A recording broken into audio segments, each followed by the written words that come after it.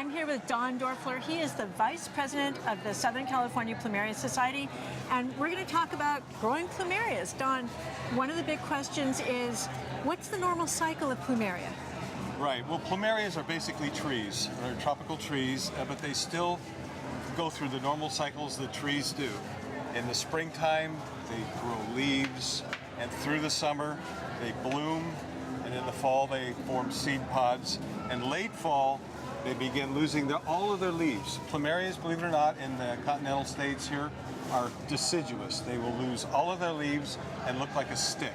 A lot of people think they're dead at that point. Yeah, but they're not. They're just dormant until the next season. They're hibernating until spring. And in the springtime, they will send up little purple and red inflows and leaves like this as they begin to awaken.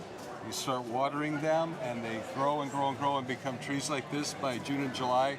And here we are in September, and they're looking gorgeous. And by December, it'll be a stick again. So let's just talk about it kind of spring, summer, fall, winter, what to expect. So spring is when they put out the new growth. You get new leaves, new inflorescences, yes. Right? Or is in spring you get the inflorescences or summer?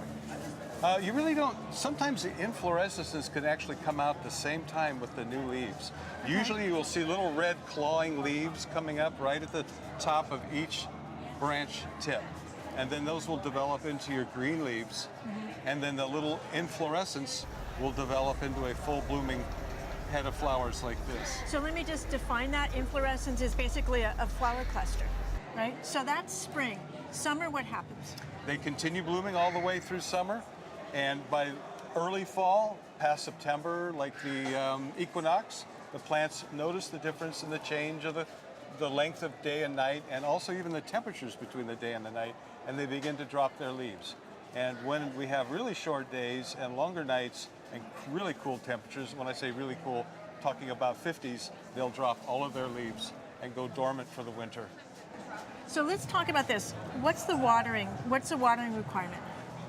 When they're growing and developing leaves and flowers, I would water these 2 or 3 times a week. Uh-huh. And my motto about when they lose all their leaves and go dormant is no leaves, no water.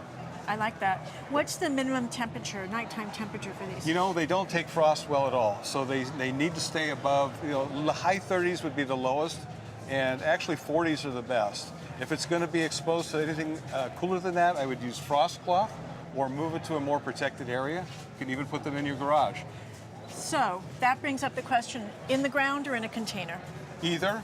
I think they do better because of the natural renewing of the soil, doing worms and everything else. You don't really need to fertilize or water them as much. In pots, they need a little bit more attention. But the beauty is when they're in pots, you can move them around. You can move them into your patio and enjoy the blooms. And when they're not blooming, you can put them in your garage and protect them from the cold weather. It sounds like if you live in the right climate, if your night times stay warm enough, this is the ideal drought-tolerant plant. Yes, that's exactly right, because you don't need to do anything to them in the wintertime when they're dormant. Great. And boy, do they smell good, huh? Yeah. Yum. Yeah, that's a nice one.